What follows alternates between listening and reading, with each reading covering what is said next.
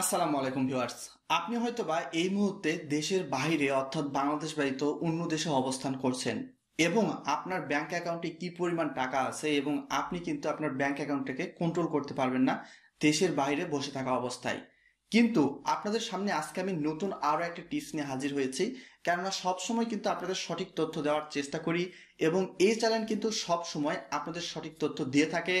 এবং আপনারা চাইলে এখন আপনার স্মার্টফোন কিংবা আপনার কম্পিউটারের সাহায্যে দেশের বাইরে বসে থাকা অবস্থায় কিংবা যে কোনো দেশে থাকা অবস্থায় চাইলে আপনি আপনার যে ব্যাংক অ্যাকাউন্ট আছে সেটাকে কন্ট্রোল করতে পারবেন এবং এখানে মূলত টাকাটাকেও আপনি কন্ট্রোল করতে পারবেন। আপনি চাইলে এই যে ইন্টারনেট ব্যাংকিং এর সুবিধা আছে, এই সুবিধাটা আপনারা কিভাবে পাবেন সেই সম্পর্কে কিন্তু আজকে আমি আপনাদের বিস্তারিত জানাতে চাচ্ছি। তো চলুন জেনে আসি ইন্টারনেট ব্যাংকিং এর সুবিধা আসলে আপনারা কিভাবে পাবেন।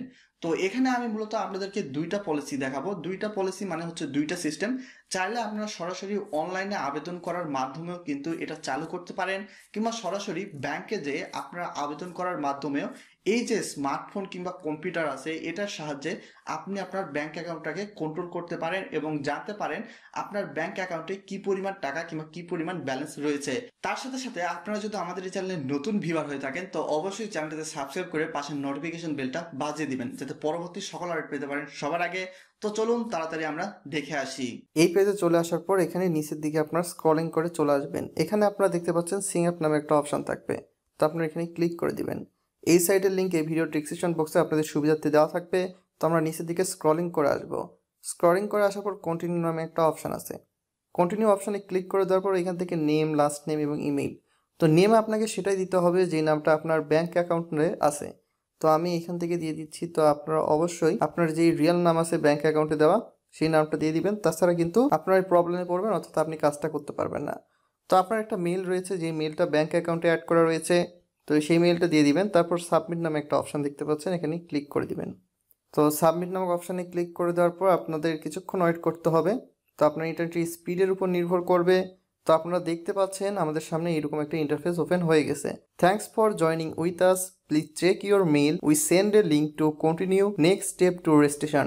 তো আমরা এখন আমাদের মেল আইডিতে চলে যাব। তো আমি যদি আপনাদের দেখাই আমার মেল আইডিটা যদি রিফ্রেশ করি, তাহলে আপনারা নিচের দিকে আসলে দেখতে পাবেন Ibbl থেকে একটা মেল চলে এসেছে। এখানে আমরা ক্লিক করে দিব। তো ক্লিক করে দেওয়ার পর মেলটা ওপেন হয়ে যাবে। তো আপনাদের সামনে এরকম একটা ইন্টারফেস ওপেন হয়ে যাবে। তো এখন কিন্তু আমি আপনাদের সম্পূর্ণ দেখাচ্ছি। এখন আমরা এই লিঙ্কটাতে ক্লিক করে দেব। লিঙ্কটাতে ক্লিক করে দেওয়ার পর আপনি নিচের দিকে দেখতে পাচ্ছেন এখানে আপনার কন্ট্রাক্ট দিতে হবে, অর্থাৎ আপনার অ্যাড্রেস, আপনার যে অ্যাড্রেসটা ব্যাংক অ্যাকাউন্টে রয়েছে। তো আমি এটা দিয়ে দিচ্ছি। অবশ্যই সঠিক অ্যাড্রেস দিবেন, তাছাড়া কিন্তু আপনারা প্রবলেমে পড়বেন। যে অ্যাড্রেসটা আপনার ব্যাংক অ্যাকাউন্টে অ্যাড করা আছে অর্থাৎ অ্যাকাউন্ট খোলার সময় সেই অ্যাড্রেসটা এখানে দিবেন। তারপর এখানে ডেট অফ বার্থ দিতে হবে, যেই ডেট অফ বার্থটা আপনার ব্যাংক অ্যাকাউন্টে দেওয়া আছে। তো আমি দিচ্ছি। তো আপনারা অবশ্যই সেটা দিবেন আপনাদের যেটা। তারপরে আপনাকে যে কাজটা করতে হবে সেটা হলো আপনার ন্যাশনাল আইডি কার্ড। তো আপনার ন্যাশনাল আইডি কার্ডের কিন্তু একটা নাম্বার থাকে, তো সেই ন্যাশনাল আইডি কার্ডের 12 থেকে 15 ডিজিটের যে নাম্বারটা আছে সেটা দিবেন।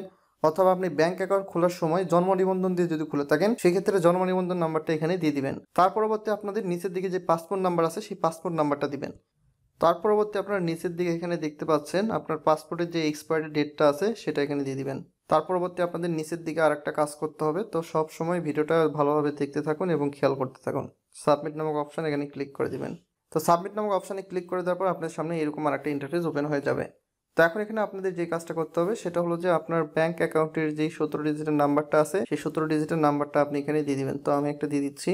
তার পরবর্তী এখানে দেখতে পাচ্ছেন কাস্টমার আইডি। তো আপনাদের একটা কাস্টমার আইডি আছে, সেই কাস্টমার আইডিটা এটা দিতে হবে। কাস্টমার আইডি মূলত শেষের 4 থেকে 5 ডিজিটের থাকে। তো এখানে মূলত কাস্টমার আইডি বলতে পুরো যে কাস্টমার আইডি রয়েছে সেটা চেয়েছে এখানে। তার পরবর্তী আপনার নিচের দিকে আসে দেখতে পাচ্ছেন এখানে টিকমার্ক দিবেন। এছাড়াও নিচের দিকে এখানে টিকমার্ক দিবেন। তো এখানে টিকমার্ক দেওয়ার দরকার নেই, আপনাদের কাস্টমার আইডি দুটো থাকলে টিকমার্ক দিতে হবে, তাছাড়া দিতে হচ্ছে না। তার পরবর্তী এখানে সাবমিট নামক একটা অপশন আছে, এখানে ক্লিক করে দেব। তো সাবমিট নামক অপশনে ক্লিক করে দেওয়ার পর আপনাদের সামনে এরকম একটা ইন্টারফেস ওপেন হবে। এখানে আপনারা দেখতে পাচ্ছেন আপনার যে কান্ট্রি কোডটা দেওয়া আছে আপনার ব্যাংক অ্যাকাউন্টে, সে অর্থাৎ হচ্ছে বাংলাদেশের নাম্বার থাকলে বাংলাদেশ কিংবা যেই দেশের নাম্বার থাকবে সেই দেশ। যদি বাংলাদেশের নাম্বার দেওয়া থাকে সেক্ষেত্রে আপনাকে যে কাজটা করতে হবে আপনার হচ্ছে বাংলাদেশের নাম্বার এখানে দিবেন এবং আপনার বাসা থেকে যেই কোডটা আসবে ওই নাম্বারে সেই কোডটা আপনি কালেক্ট করে নেবেন আপনার বাসা থেকে। তারপর আপনাকে যে কাজটা করতে হবে আপনার পাসওয়ার্ড দিতে হবে। অবশ্যই পাসওয়ার্ড কিন্তু আপনাকে নিউমেরিক অক্ষরে দিতে হবে, অর্থাৎ বাংলা, ইংলিশ কিংবা যেগুলো হরফ রয়েছে সেগুলো মিশালে দিতে হবে। তো সব কিছু পূরণ করে দেওয়ার পর আপনি সাবমিট নামক যে অপশন দেখতে পাচ্ছেন এখানে ক্লিক করে দিবেন। সাবমিটে ক্লিক করে দেওয়ার পর আপনাদের সামনে এরকম আরেকটা ইন্টারফেস হবে। তো আপনারা সব কিছু দেখবেন যে সব কিছু ঠিক আছে কি নাই। তো আপনার কাছে একটা ভেরিফিকেশন কোড আসবে আবার ওই নাম্বারে। তো এগুলো সব কিছু ঠিকঠাক করে নেবেন, তারপর আবার নিচের দিকে যে সাবমিট নামক অপশন দেখতে পাচ্ছেন এখানে আবার ক্লিক করে দিবেন। তো সব কিছু ঠিক থাকার পর আপনাদের সামনে এরকম একটা নতুন ইন্টারফেস ওপেন হবে।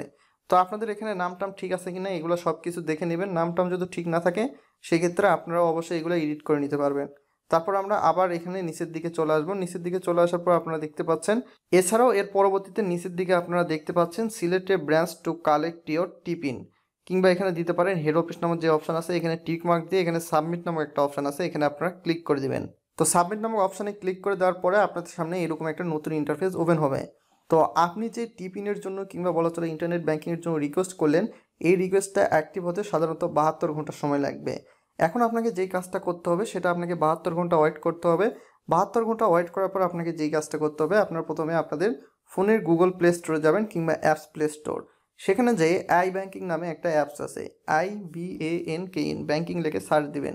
আই ব্যাঙ্কিং লিখে সার্চ দেওয়ার পর 2 নম্বর একটা অ্যাপস আসবে, এই অ্যাপসটা ইনস্টল করে নেবেন। তো এটা মূলত ইসলামী ব্যাংকের একটা অফিসিয়াল অ্যাপস। তারপর আপনারা ওপেন করে নেবেন। তো ওপেন করে নেওয়ার পর আপনারা দেখতে পাচ্ছেন আপনাদের সামনে নতুন আরও একটা ইন্টারফেস ওপেন হয়ে যাবে।